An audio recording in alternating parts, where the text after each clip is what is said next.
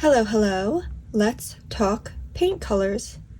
Once a year, usually at the end of the year as part of a little reset, I like to take a look at my watercolor palette and see what I'd like to update or change for the coming year. So that's what we're doing today. This is my current palette. It is an 18 well plastic palette from Mijello. I've used this for several years now and I think it's great. I like having the slanted wells here as opposed to only the smaller half pans, although I did add a few extra colors in here along the inner edge. These are literally just taped in here with some double-sided tape. It's actually worked weirdly well. I haven't had any issues with anything popping up or not sticking properly. I put my most used colors in the wells around the edges, and I like to use the extra pans as a way to either fill in a couple of colors that I don't use very often but do come in handy occasionally, or I'll use them to add some colors that I think I might want to use more, and then I'll see if I actually end up reaching for them. One of the biggest changes I'll be making for the coming year is that for certain colors, I'm going to try incorporating some glycerin when I pour the paint into the well. If you watched last year's palette update, I mentioned that there were a couple of colors that I was really frustrated with because I like the paint itself, but when they get towards the end of the wells, they start to get really crumbly or flaky, and then it's just really annoying to paint with, and it's really hard to get a smooth consistency. You can see it especially here in this red and here in this orange, and sometimes just towards the end of the well, no matter what, they get a little flaky. And one of the potential solutions to this is to add a drop or two of glycerin when you're first pouring the paint in from the tube into the well. So I'm gonna try that for a few colors. I haven't used glycerin before, so we'll see how it works, or if I like how it affects the consistency of the paints, I don't know. And yeah, let's start with the reset. I don't clean my palette very often. This is basically the one time of year that I actually wipe it down and get it all clean. Usually I just mix with whatever paint is already in the mixing wells. You'll notice that a couple of the wells are already empty. That's because as the end of the year approaches, I stop refilling them and I just leave them empty because I know I'm probably going to be doing some rearranging soon. So this gives me a really good sense of which colors I'm reaching for most often, which ones I'm barely touching, and it also just makes it a little easier to rearrange them if some of them are already empty. And for the rest of them, I just take my palette knife and I scoop the paint out and move it to wherever it needs to go. Since this palette is made of plastic, some of the colors will stain a little bit, and one of the ways to get some of that stain out is to just take your eraser and literally erase the palette. It works weirdly well.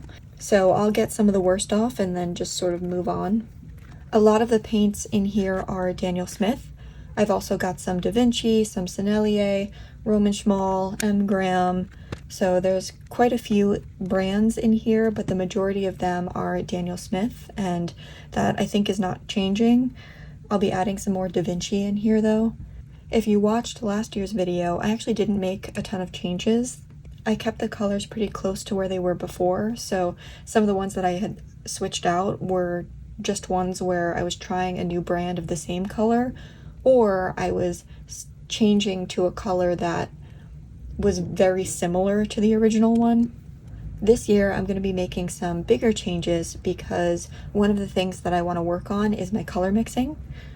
I paint a lot of landscapes and I adore a convenience color, especially a convenience green, and I'm not planning on giving those up at all. I will definitely have several. I'm not avoiding convenience colors, but I do want to just be better at color mixing in general, and it's something that I want to work on. So for a couple of the colors that I'll be switching out, I'm going to be adding a couple of colors that are known to be good for color mixing so that it's something that I can be thoughtful of as I'm working on my paintings throughout the next year. But I will get more into that in a moment as I go through each color.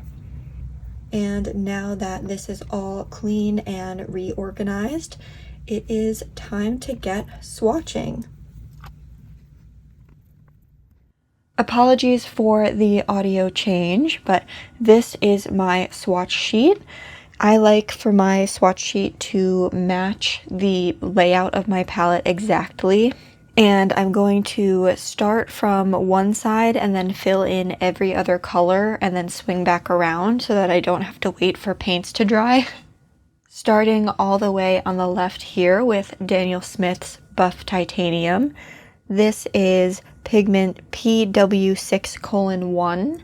This has been a constant on my palette for a while now. It's great for toning down a color, and it's also really good for things like sand or ground, sometimes rocks. There's really a lot you can use it for. Next we have Daniel Smith's Quinacridone Rose, which is pigment PV19. This is the first color I will be introducing some glycerin into. It's a lovely red, violet, transparent pink, and I'm really looking forward to see how the glycerin affects it because it got especially flaky. Next is Daniel Smith's Quinacridone Gold. This is another one that I am keeping from last year. This is PO48 and PY150. It's a lovely earthy yellow gold color. I only have one primary yellow on my palette. I used to do the split primary warm and cool yellows for mixing, but that just didn't really work for me. So now my main mixing yellow is Hansa Yellow Medium, and instead I have a couple of earthy yellows that I reach for way more often. Next is Daniel Smith's Burnt Sienna, PBR7. This is a really nice earthy reddish brown. This is also staying from last year's palette. I use this one a lot in landscapes.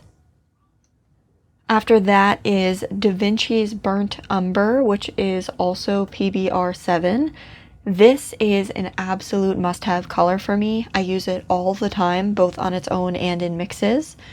The Da Vinci one is lovely. I've used it for the last year, and I've also used the Daniel Smith version of this color, and I like that one as well. Next is another Da Vinci color. This is Perylene Green, which is pigment PBK31. This is a color that is returning to my palette.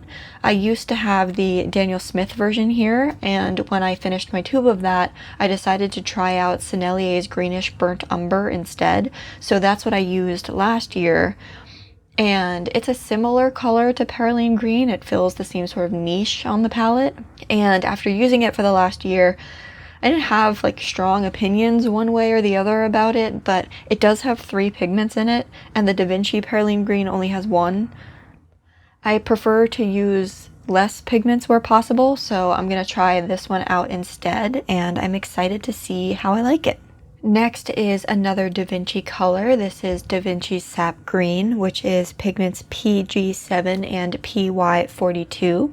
Sap Green is another go-to color for me. I used to have the Daniel Smith version in here, which I do think is lovely.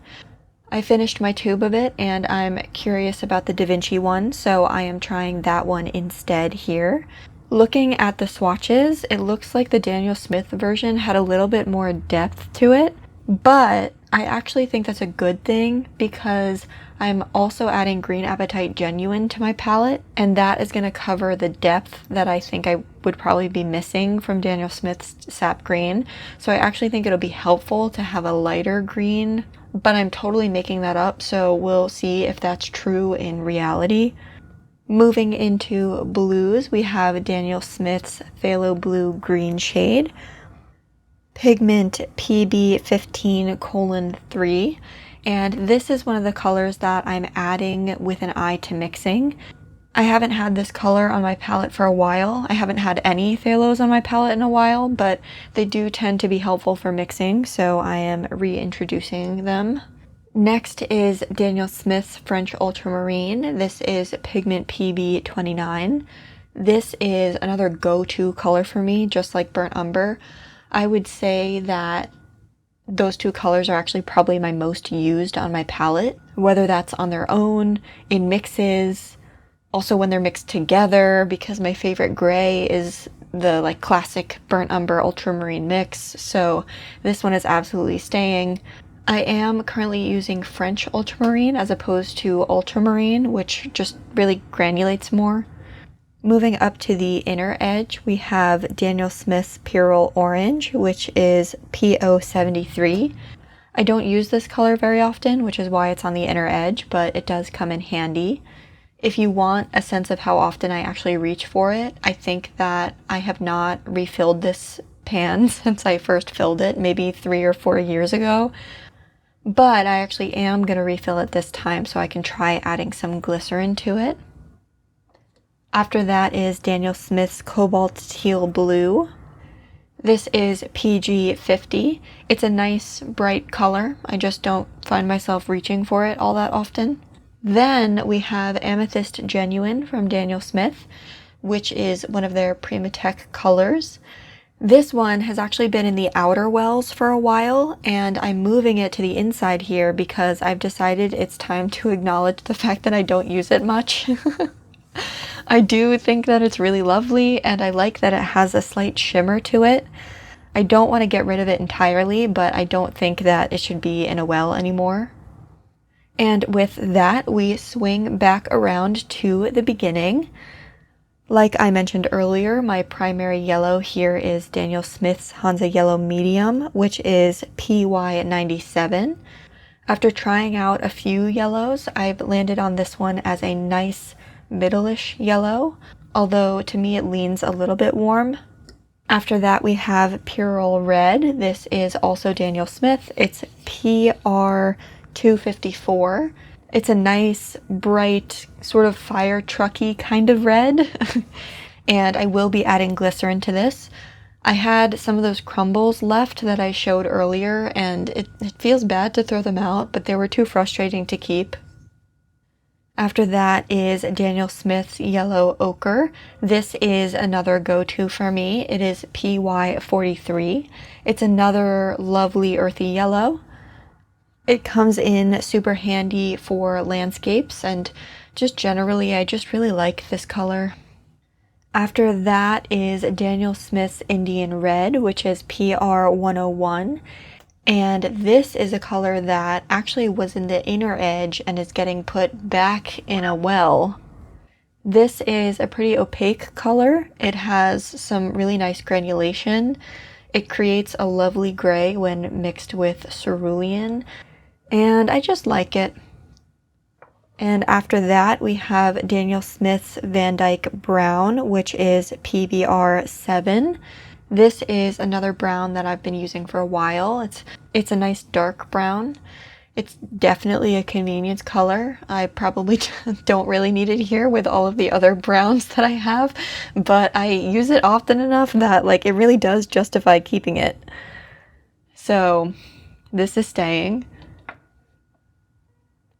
Next is Daniel Smith's Green Apatite Genuine, which I mentioned earlier. This is another Primatech color. This is a beautiful granulating green that does feel like it's in a similar vein to Daniel Smith's Sap Green to me, but it's darker and it has that really lovely granulation. I am really looking forward to experimenting with this one this year. After that is the other Phthalo that I am adding back to my palette. This is Phthalo Green Blue shade, which is pigment PG7. This is Daniel Smith. Just like Phthalo Blue, I'm adding this for the purpose of mixing. I definitely do need to do a couple of mixing charts, especially with these two, since I haven't used them in a while. So that will be fun. Next, we have another one of my favorite blues. This is Mgram Cerulean. It is PB36. It is beautiful. It is lovely to work with. It is super pigmented. I used to have the Daniel Smith one, and I was fairly unimpressed by it, to be honest. It had a pretty low tinting strength and was just kind of annoying to paint with. This Mgram one, in comparison, it is so beautiful. Definitely a higher tinting strength. It rewets so easily, as Mgram paints tend to do. It's on the more opaque side, and it's truly just so nice. And then after that, we have another M. Graham color. This is M. Graham's Payne's Gray, which is PBK 9 and PB 29. This is a new color for me. I have used the Daniel Smith Payne's Gray for years. I'm going to try this M. Graham version. This is part of a bigger change that I've made this year. For a while, I had Payne's Gray, Indigo, and Neutral Tint, and that was just kind of excessive. I definitely didn't need all three of them. I just couldn't decide which one to take out. After a lot of thought, the color that I'm going to be removing is Indigo, and I've moved Neutral Tint to a half pan. So we'll see. Maybe in a couple of months I'll be like, wow, this was not the move, and switch Payne's Gray to Indigo or something. I don't know, but I definitely didn't need all three of those, and I'm finally doing something about that.